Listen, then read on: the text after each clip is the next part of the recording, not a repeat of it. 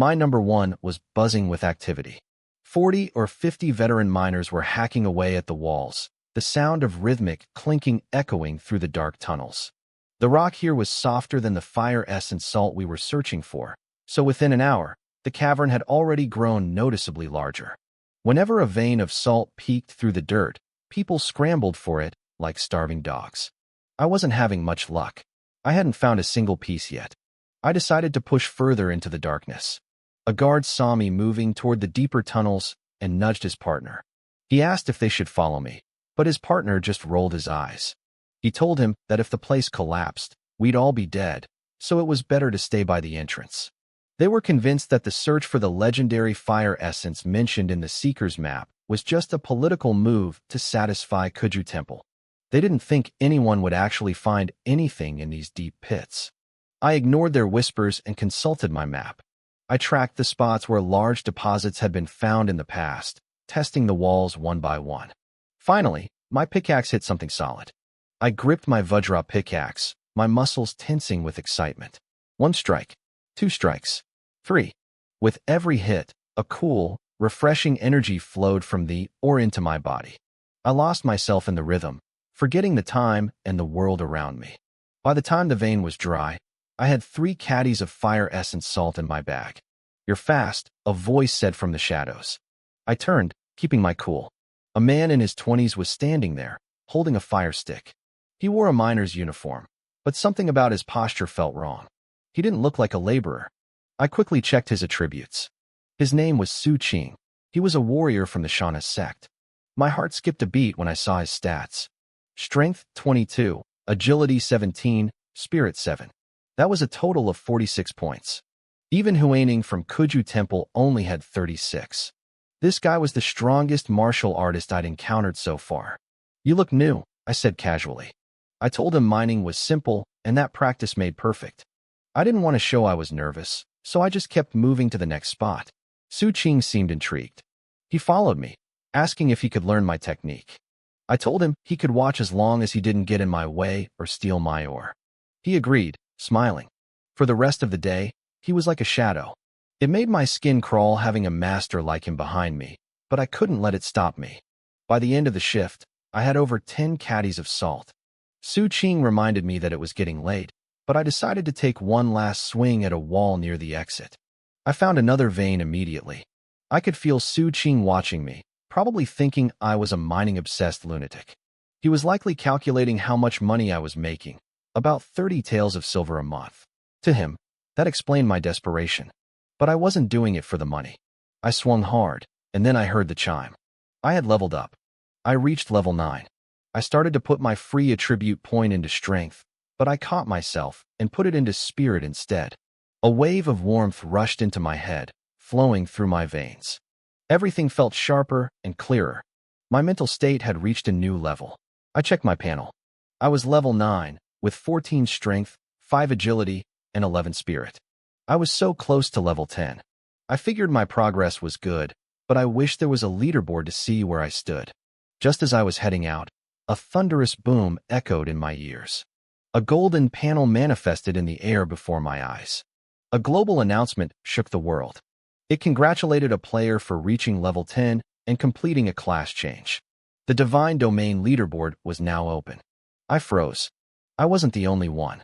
Across the mining village, Lin Guoyang and Zhang Wei stood paralyzed, staring at the same golden screen. Zhang Wei looked terrified. He was only level 3. He couldn't believe someone was already level 10. I checked the list. Rank 1, Hui Wu. Level 10. Class, Monk. Affiliation, Kuju Temple. Only one person had hit the threshold. This Hui Wu must have had incredible luck to be recruited by a top-tier sect, like Kuju Temple right at the start. I felt a pang of relief that it wasn't my name up there. Being exposed on a leaderboard this early was dangerous. But now I knew for sure, level 10 was the key to changing classes. As I walked out of the cave, Su Qing asked why I'd stopped for a second. I just told him I was tired. He nodded, his own muscles looking sore. He walked right past the guards without paying a fee, and Manager Nyo didn't even try to stop him. Clearly, Su Qing was someone important. I handed over my haul to the manager. 13 caddies. Nyo looked impressed. My speed was only getting faster. Manager Nyo pulled out a few silver beans, weighing them carefully. It came to exactly 1.3 taels of silver. He handed them over to me with a nod. I guess practice really does make perfect. I took the silver with a smile. I'd spent 5 taels earlier on the mountain crushing spring, leaving me with about 3 taels in my pocket. With this new payment, I finally had enough saved up to buy my official identity. As I walked away, I didn't see Manager Nyo watching me with a thoughtful expression. He was thinking about Su Qing, that big shot whose status was even higher than senior brother Wang Jing, yet he was so friendly with me.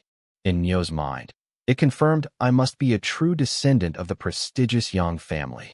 Back at my wooden hut, my mind was racing. I couldn't stop thinking about the Divine Domain leaderboard. Huiwu had changed classes to a monk, which was likely a built-in profession of Kuju Temple. But I wasn't a sect disciple. What could I become? A miner? There probably wasn't even a class for that. Changing classes had to have massive benefits, either a boost in attributes or special abilities. If I hit level 10 and fought another level 10 player who had already changed classes, I'd be at a huge disadvantage. I was only 1 level away, but I was stuck. I knew nothing about how to trigger a class change. On top of that, I was worried. If I hit level 10, would my name be blasted across the global leaderboard for everyone to see? Yang Ling, you in there? It was Zhang Wei. I opened the door, and he slipped inside, looking grim. He asked if I'd seen the leaderboard. I nodded. He muttered that it proved there were plenty of players like us out there. To him, Huiwu's rapid leveling meant that joining a sect was the only way to survive this world. Any ideas on class changes? He asked.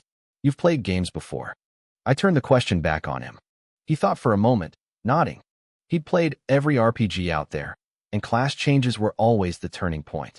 Usually, there were dozens of options, each with its own buffs. We knew monks existed now, but the others were a mystery. I speculated there might be bandits, thieves, Taoists, or physicians. Zhang Wei looked at me strangely. What's your plan? What plan can I have? I rolled my eyes. I'm a miner and a refugee. Some players are born lucky, and we can't compete with that. I'm just going to stick to what I know.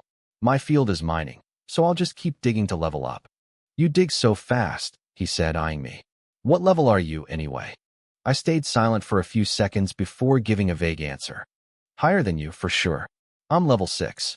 Level 6? That makes sense, he sighed, looking relieved.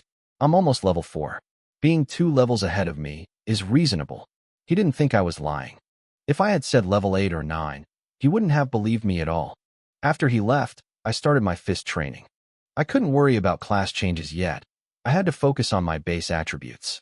As dawn approached, I began practicing the King Vajra art. After a full session, my fatigue vanished, and I gained 5 experience points. I was at 45 now, closing in on the 100 mark. I noticed something interesting. My spirit attribute had increased by 1 point recently. While the experience gain didn't seem to change much, I felt like my proficiency with my techniques was growing just a tiny bit faster. To test this theory, I decided I needed to level up and dump more points into spirit. Even if it didn't help with experience, it was likely a requirement for higher-level secret manuals later on. I headed to mine number 1. Just like the day before, Su Qing followed me, and we chatted idly. He seemed to be working extra hard today. A few hours into the shift, Hui Neng and Wang Jing showed up to inspect the progress. Seeing the mine buzzing with dozens of hard-working miners, Hui Neng nodded in approval. He thanked Wang Jing for the help from the Mountain River sect. Once they left, I went back to the grind. For the next few days, I lived in a loop, mining by day, training by night. Aside from eating and sleeping, every second was dedicated to grinding experience and proficiency. Finally, I paused to check my status panel. My King Vajra art was at 60 out of 100, and my mountain crushing strike was at 87 out of 1,000. In 8 days, I'd mastered the basics of the King Vajra art. As for my level, I was hitting level 10 today. I felt a surge of excitement. Compared to when I first arrived in this world, my survival capabilities had increased tenfold. Once I finished the first layer of the Vajra art, I wouldn't have to fear people like Wu Kei anymore. I opened the leaderboard again. There were new names. Rank 1, Hui Wu, level 10, Monk, Kuju Temple. Rank 2, Luo Kai, level 10, Scholar, Guanxing Academy. Rank 3, Chi Kai, level 10, Undertaker, Dead Man's Bone. 2 more people had hit level 10 and changed classes. Then it hit me. The leaderboard might only show people who had successfully changed classes. There could be hundreds of level 10 players who were invisible because they hadn't found a profession yet. The scholar class sounded like it followed a literary path, while the Undertaker was likely related to medicine or the macabre. They could change classes because they were already in the right locations. I realized I was stuck. Unless I found a way to join a sect, I wouldn't be able to progress. I gripped my Vajra pickaxe. I just had to keep leveling. If I got high enough, an opportunity would eventually present itself. When I reached the mine entrance the next morning, the atmosphere had shifted. Zhang Wei walked up to me. "You're late today," he said. "It's over. The master is gone. I'm leaving the mine today to find work in Qingshan City." "Isn't mining good for leveling?" I asked with a faint smile. He scoffed. "The divine domain is a world of martial arts and chaos. You can't survive just by digging. There's no future in being a miner. I need quests with more experience, and those opportunities are in the city." He waved a hand and walked away, looking for a grander destiny. I headed into the mine and asked around. Zhang Wei was right. Hui Neng and his people were gone. But I couldn't relax. The King Vajra art was a top-tier technique. Kuju Temple wouldn't just let it go. As long as I didn't show off my skills, they wouldn't find me. I waited until no one was looking and slipped into mine number 2. I couldn't stay underground for days at a time anymore. I needed to go back to my hut regularly to practice my techniques in private. Once I mastered the first stage of the King Vajra art, everything would change. I decided to dedicate some time to pushing my level. I needed those attribute points. I pulled out my map, traced a route, and began to head deeper into the mine. I didn't find any large chunks of fire essence rock along the way, but I wasn't in a rush. I kept my ears open for the sound of mine thieves or cave insects as I moved steadily forward. When I reached a fork in the tunnel, I checked the map and picked a path. Before long, the cramped tunnel opened up into a massive natural cavern. I lit a fire starter and looked around. The walls showed signs of previous excavation. This was the spot. I started digging, stopping occasionally to scout for the telltale glow of fire essence. My strength was high enough now that a few swings of my pickaxe could penetrate a meter deep into the rock. After a bit of hunting, I struck a vein. I got to work. In the deep, oppressive silence of the cave, the only sound was the rhythmic strike of my tool. Clang, clang, clang. Sparks flew with every hit, showering the floor with debris. I felt the familiar rush of experience flowing into my body. It acted like a balm, soothing my aching muscles and boosting my endurance. I became a machine. I didn't tire. I just dug. After what felt like hours, a crisp notification chimed in my head. I had leveled up. I earned 1 free attribute point and reached level 10. I took a breath, feeling a sense of accomplishment, and dumped the point into spirit. I pulled up my status panel to check my progress. Name, Yangling class, Warrior. Level, 10. Strength, 11. Agility, 5. Spirit, 12. Martial arts, King Vajra art, first class technique, entry level. Experience, 60 out of 100. Skills, Mountain Collapsing Punch, novice level, proficiency 87 out of 1000. Health, 110. Suddenly, a new message flashed before my eyes. It congratulated me for being one of the first 30 players to reach level 10. My reward was a random treasure chest. I froze. This was the first time I felt like I was actually playing a game. A white light flickered and solidified into a glowing chest on the ground right in front of me. "So here you are. I've been looking everywhere." The voice made me jump. Su Qing walked into the cavern holding a torch, the orange light reflecting off my shocked face. My muscles tensed instantly. I looked at the chest, then at him. How was I supposed to explain this? If he wanted what was inside, I stood no chance against him. Hui Neng and Wang Jing were gone, so why was Su Qing still here? Is seeing me that much of a shock? Su Qing asked with a sigh. He walked closer, but he didn't even glance at the chest. He couldn't see it. I realized then that the reward was visible only to me. "You startled me," I said, forcing a frown. "I thought you were a mine thief." Su Qing laughed. "If I were a thief, you'd be dead. Though, with your strength, you'd probably kill a thief with one swing of that pickaxe. You're built like one of the professional guards." Just raw strength, I replied with a modest smile. Listen, Su Qing said, his tone turning serious. I'm heading back to the Shauna sect. Don't look so surprised. I'm a martial artist from the sect, and my rank is actually higher than Wang Jing's. I only went undercover as a miner to find a Buddhist scripture the Kuju temple lost. It's clearly not here. The monks have moved their search to Qingshan City. They think the scripture is hidden there instead. I acted surprised, bowing slightly. I had no idea I was in the presence of someone so important. I prefer your old attitude, he chuckled. But you're a hard worker. You care about mining and you care about making money. That shows ambition. How would you like to work for me? My heart skipped a beat. This was it, the opportunity to change my fate. I would be honored to join the Shauna sect, I said quickly. Forget it, Su Qing laughed. You don't have the background, the money, or the talent to join the sect directly. But the sect leader is putting me in charge of a red gold mine. I need someone I can trust to keep an eye on things for me. Someone like Wu Kei, who watched the fire essence mine for Wang Jing. I hesitated. I know fire essence, but I've never mined red gold. I was worried about the experience points. Would red gold level me up as fast?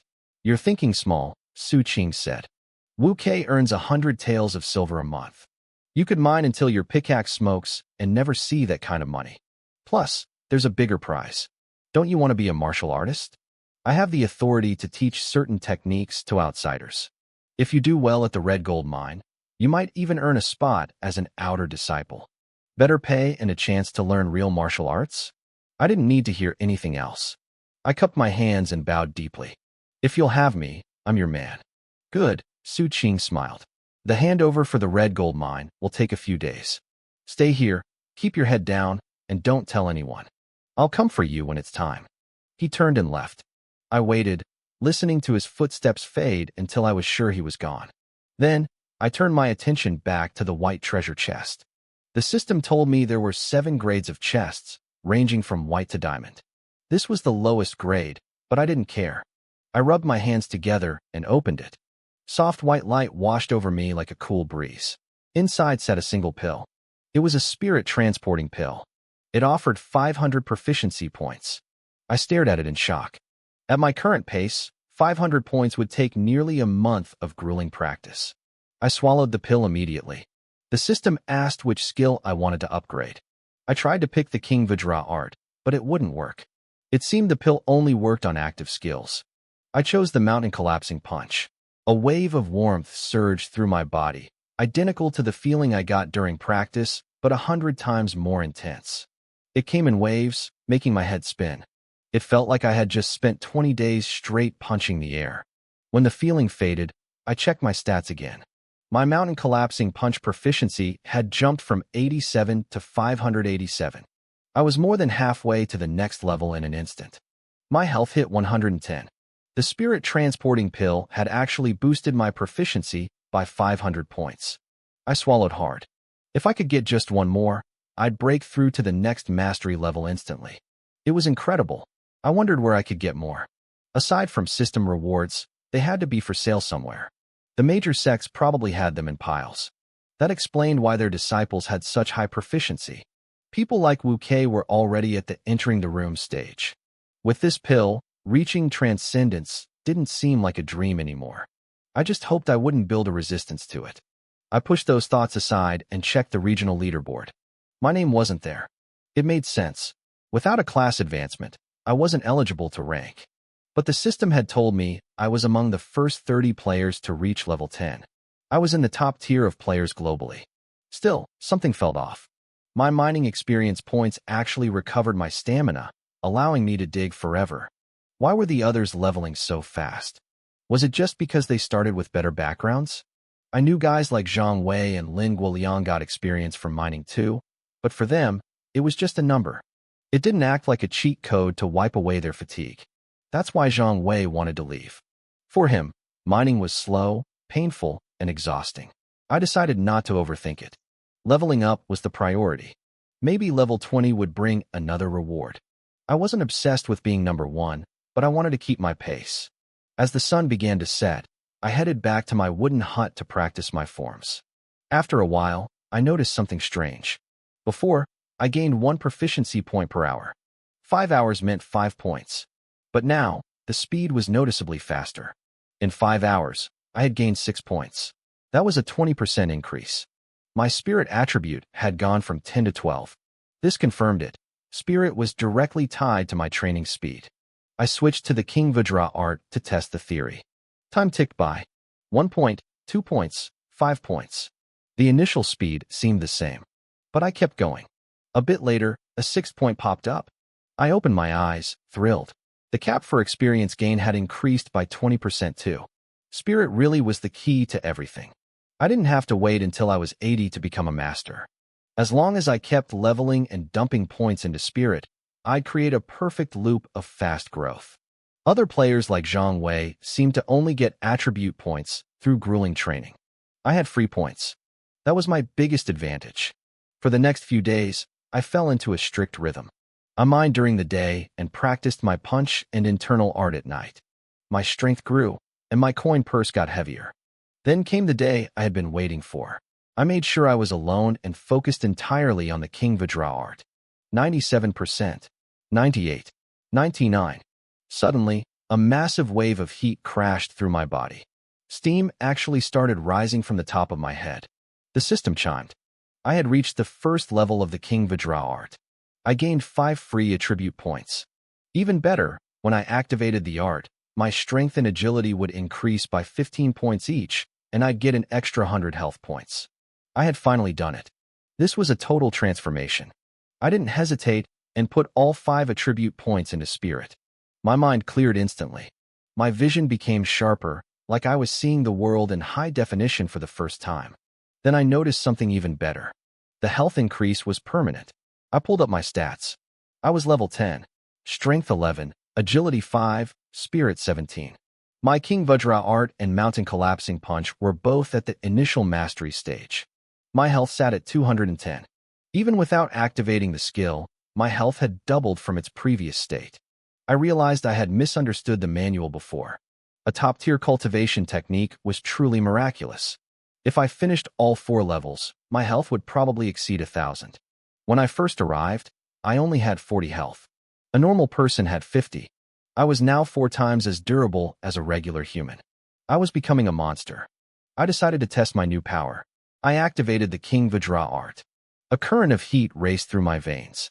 My strength jumped to 26 and my agility to 20. I threw a mountain collapsing punch, and the air hissed with a sharp crack. With the punch's bonus, my power hit 29. I slammed my fist into the stone floor. The hard rock shattered, leaving a deep crater. I gasped, but then a wave of exhaustion hit me. Maintaining the art was draining me fast. I tried to keep going, but after just 1 minute, the skill shut down automatically. Only 1 minute. I laughed bitterly. I had hoped to use this to mine faster, but that dream was dead. Still, 1 minute was plenty for a fight. Most battles are decided in seconds. I checked the requirements for the second level.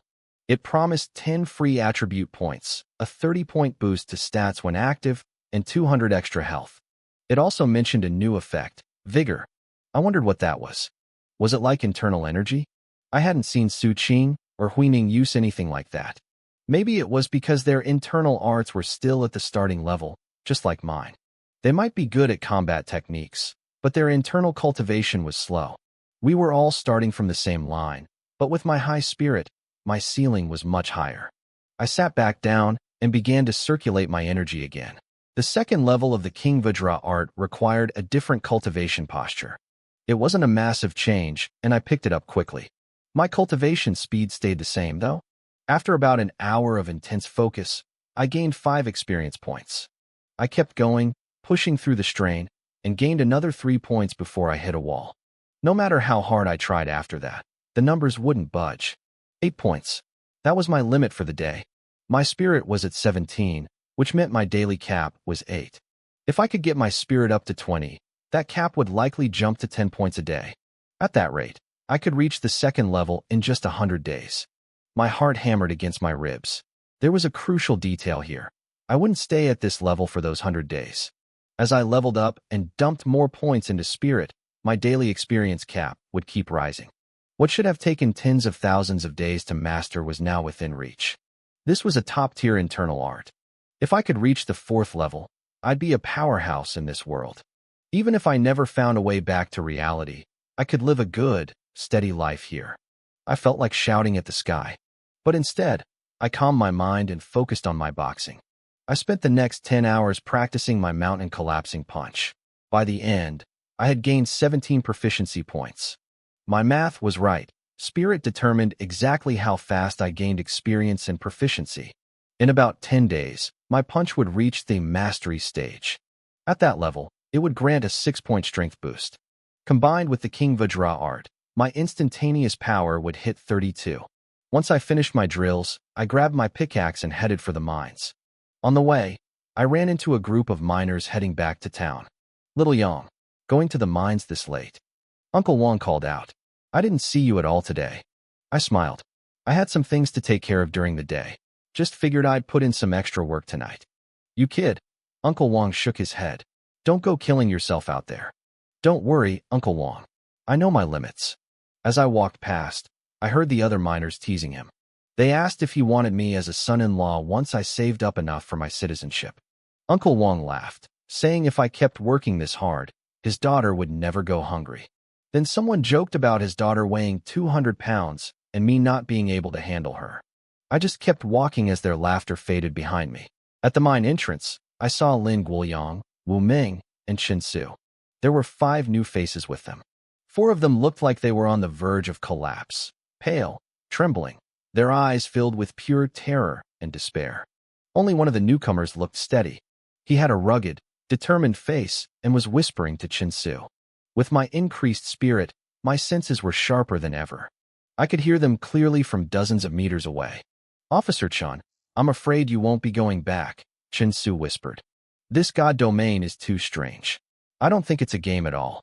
We've been here a while, so just follow us to the mines for now. At least you won't starve.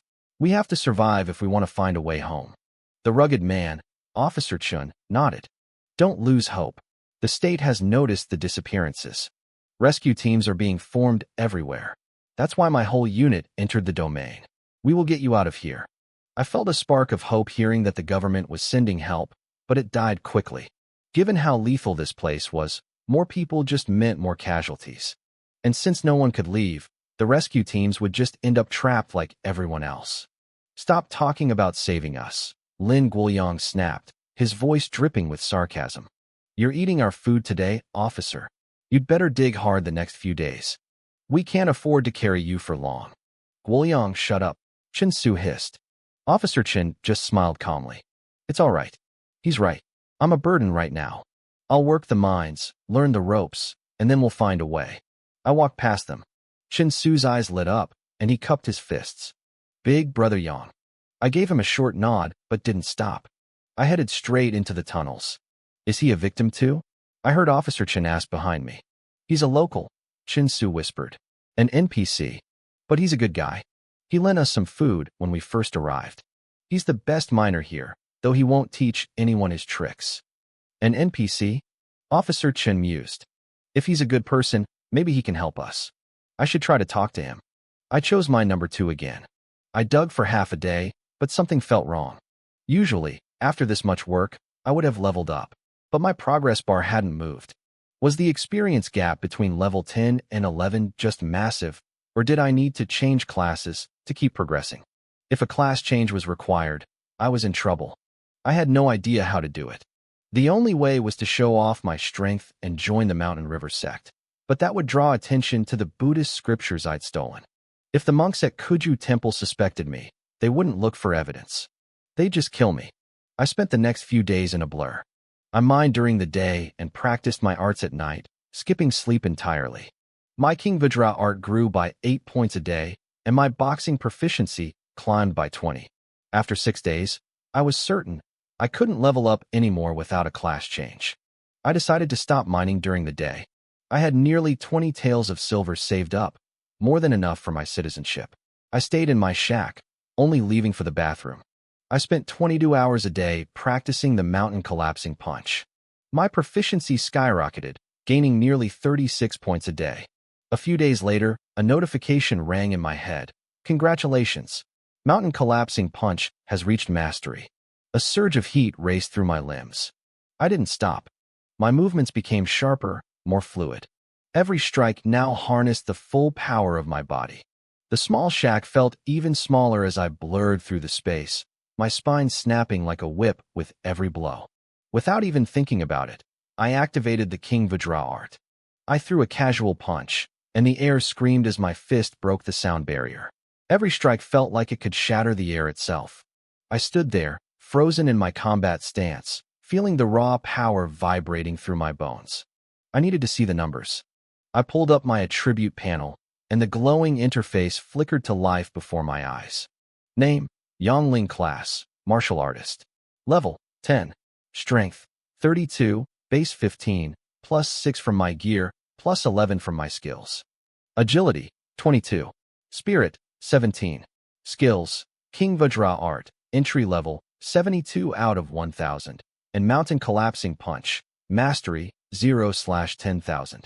Health: 210. I stared at the screen. These stats were inhuman. Unfortunately, in this world, inhuman was the baseline. People like Wu Kei, Wang Jing, and the monk Hui Neng were all monsters in their own right. Su Qing was the most terrifying of them all. I couldn't even imagine what his stats looked like when he activated his Mountain River Heart method, or how lethal his Mountain River Blade and 12 punches really were. Against him, I still didn't stand a chance. I lacked something vital, the experience of a life-and-death struggle. I'd spent my time hiding in the mines, and my only real fight had been a total slaughter. Still, I felt confident I could crush anyone other than the top-tier experts. A smart man never seeks out a stronger opponent. As long as I kept my enemies a step below me, I'd always win. Then it hit me. Why was I treating the local natives as my primary rivals? My real competition should have been the other players who entered this god domain with me. But right now, the players were weak.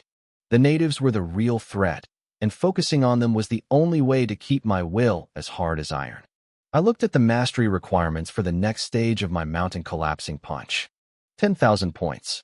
With my current spirit, I was gaining about 36 points a day. At this rate, it would take me nearly 300 days to level up again. That was the worst-case scenario. Hopefully, I'd find a way to change classes before then. If I stayed stuck at level 10, the other players would eventually pass me, and I could kiss those rare treasure chest rewards goodbye. I felt a sudden surge of urgency. I needed to hit level 20 and grab at least one more chest. After that, I could focus on just surviving and building a life here. I left my shack and headed to Wu Kei's residence. After the guards announced me, I was led inside to see him. He looked as indifferent as ever. I stealthily pulled up his stats. Name: Wu Quebec Class, Martial Artist. Strength: 12.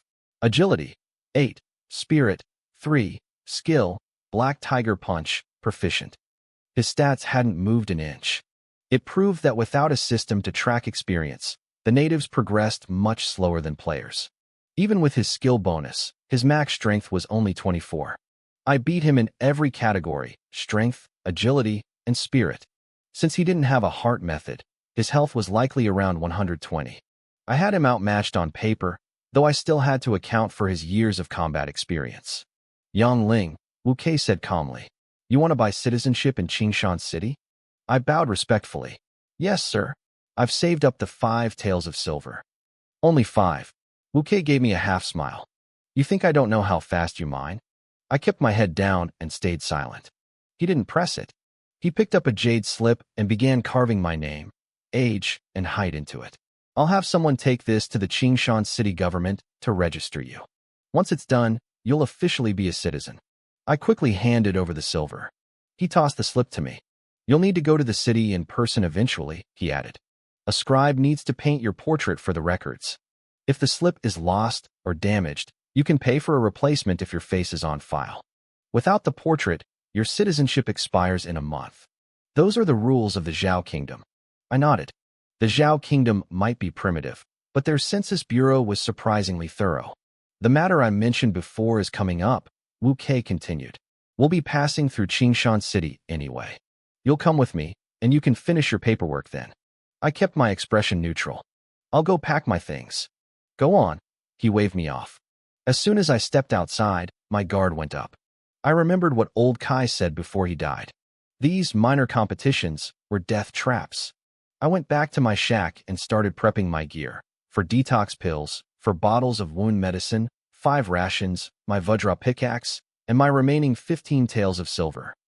I tucked the silver into my clothes and hooked the supplies to my belt. I was just finishing when Chun Su ran up to me, drenched in sweat. Brother Yang, I finally found you. What happened? I asked.